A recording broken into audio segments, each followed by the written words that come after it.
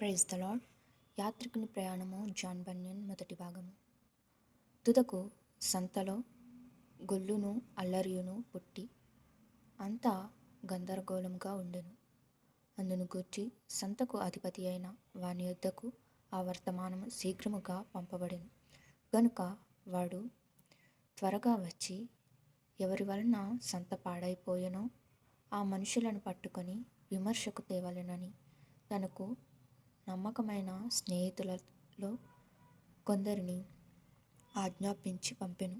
అతని ఆజ్ఞ ప్రకారముగా ఆ మనుష్యులు విమర్శకు తేబడినప్పుడు వారి సంగతిని విమర్శించిన వారు, మీరు ఎక్కడ నుండి వచ్చితిరి, ఎక్కడికి వెళుచున్నారు, అంత వికారమైన దుస్తులను వేసుకొని ఇక్కడ ఏ పని మీద ఉన్నారని అడిగిరి.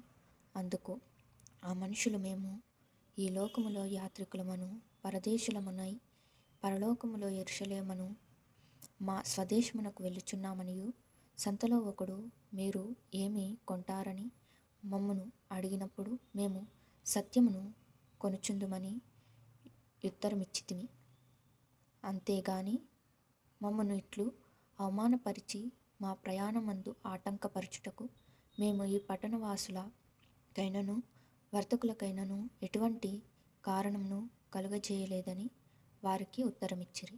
అయినను వారిని విమర్శించుటకు నియమింపబడిన వారు వారి మాటలు విని పిచ్చివారి ఆస్పత్రిలో ఉండవలసిన పిచ్చివారనియు ఆ సంతలో సమస్తమును గందరగోళము చేయుటకు వచ్చిన వారని అభిప్రాయపడిరి. కాగా వారు వారిని పట్టుకొని వారిని కొట్టి బురద చిదిమిన తరువాత సంతలో ఉన్న వారందరికీ వారు వేడుకగా ఉండుటకు వారిని పంజరములో ఉంచిరి.